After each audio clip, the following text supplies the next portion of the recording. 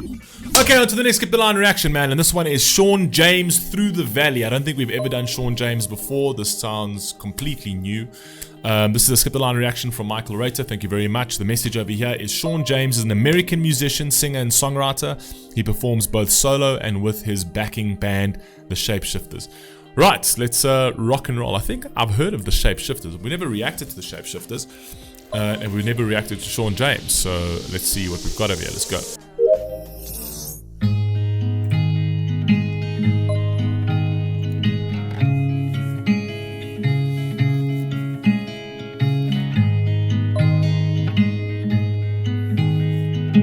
Beautiful guitar, man.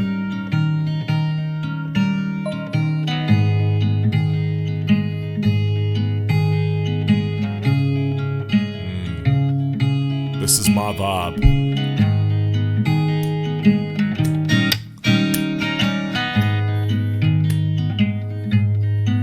I walk through the valley of the shadow of death, and I feel no evil because I'm blind to it all in my mind, in my gun. Wow, he's changed that. I mean, that's a hymn. That is a church hymn, right? As I walk through the valley of the shadow of death. Okay, I don't know the rest of it, but that is kind of like a church hymn. But he's changed that up, and he's like, because I'm blind to all the evil in my mind, right? So it's like, I choose not to see it. Okay. In my mind, in my gun, they comfort me, because I know I'll kill my enemies when they come. Surely goodness and mercy will follow me all the days of my life, and I will dwell on this earth forevermore. Said I'll walk beside the still waters, and they restore my soul. But I can't walk on the path of the right, 'cause I'm wrong. I can't walk on the path of the right because I am wrong. So basically, the way I'm feeling about this so far is that it's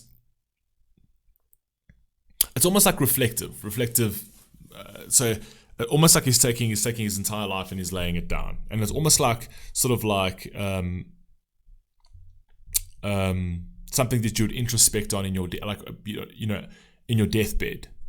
At the end of the day, all of the things that you've done, all of the immoralities, all of the sins that you have done, right, to a certain degree. And yes, to a large part is that you would do that for survival. A large part, turning away, and this is what's happened with humanity the entire time. This is why I always say, like, you don't know who you are, because would you stand up in those situations? Would you stand up in a situation like World War II and go against the system? Majority of people wouldn't. Majority of people wouldn't have done that, right? And there are very few that would do that, and that's something that people would have to reflect on, because standing up means pain. Standing up means that you're going to suffer some sort of fate. Standing up means that you're going to have to face your mortality, right, sooner than you'd want to, right? That's what it means. That's the risk. That is the sacrifice you would have to make. So what do? We tend to be like, okay, well, this is not really at my doorstep. I know that it's around me, but it's not at my doorstep. Let me leave it at the end of the day.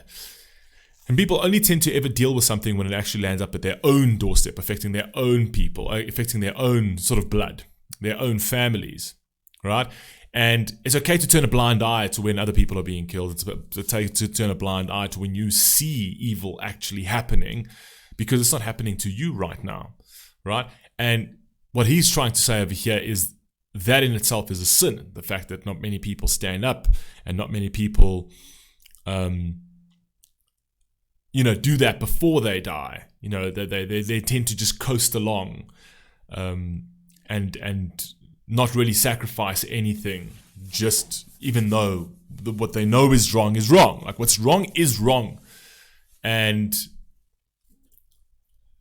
if you are going to turn away from reality and decide that what is wrong is acceptable so long as it doesn't touch your own skin, that's the price and the consequences you'll have to pay at your deathbed.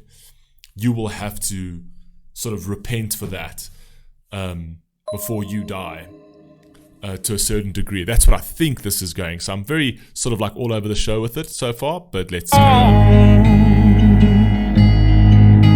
Well, I came upon a man at the top of a hill.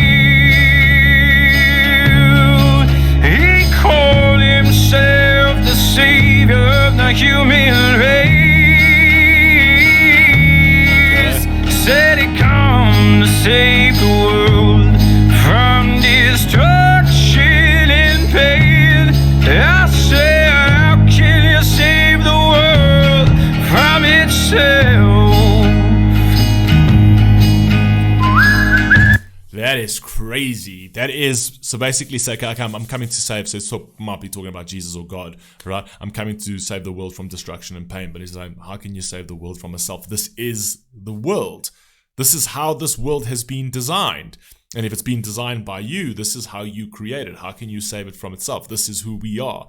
And he's basically putting everybody in that same boat, right? He's painting everybody with that same brush, saying that is human nature. At the end of the day, the roots to good and evil go equal distance to heaven and hell, right? In any man, it just depends which direction you decide to take, right? Any man can be a Hitler, any man can be a Nelson Mandela, a Mother Teresa, anyone.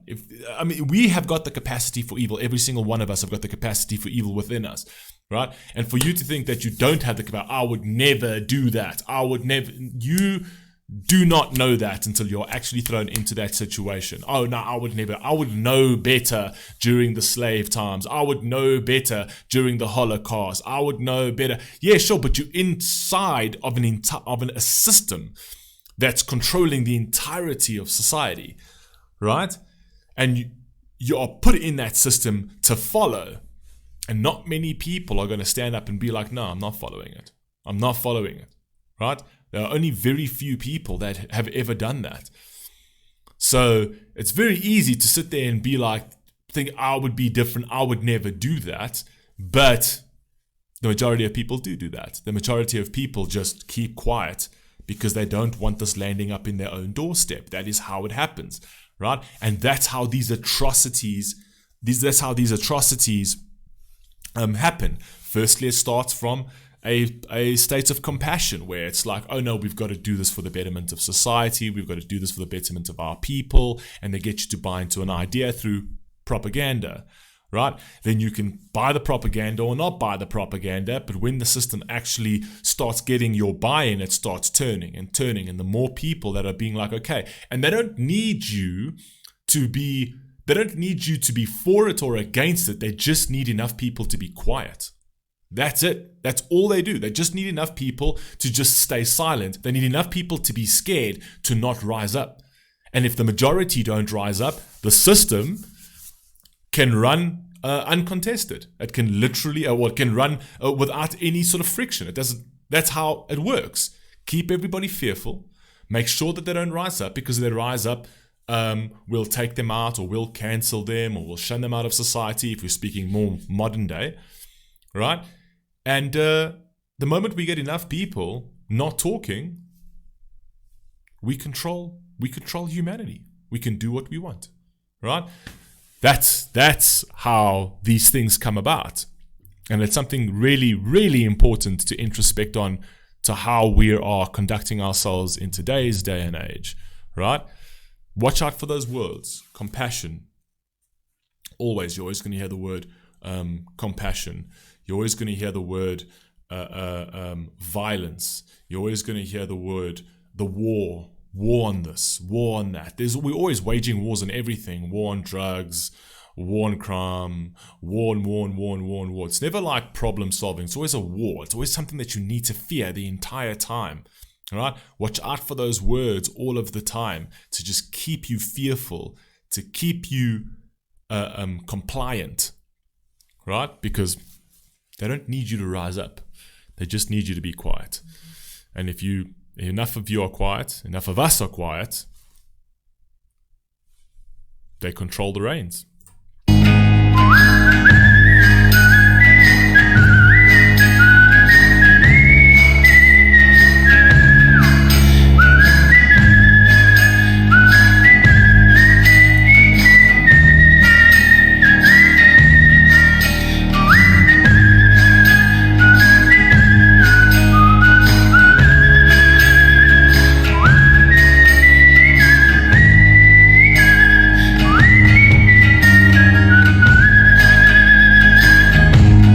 Cause I walk through the valley of the shadow of death, and I feel no evil, cause I'm blind. And I walk beside the still waters and they restore my soul. But I know when I die my soul. That's crazy, but I know when I die, the soul is damned. So he's actually speaking to his own morality over here, right? So he's basically saying, yeah, I know, I walk amongst the righteous, but am I righteous? I know that when I die, my soul is damned because I stood for nothing. Fire. Soul is damned. Now I know when I die, my soul is damned. This is an incredible now song. I know when I die,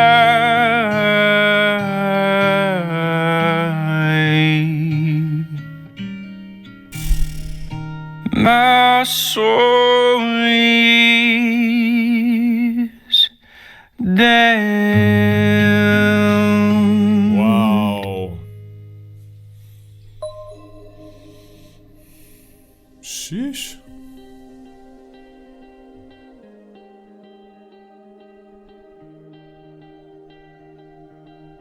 That it? Yep. Yo, I mean, Michael, you are on a streak today, man. Also, phenomenal piece of music. Definitely never reacted to him. Definitely never reacted to this. Yeah, you're on a streak today. You have been requesting some perlers. Absolutely loved this. Loved everything about this. You guys let me know what you think down below, and I'll catch you in the next one. Peace.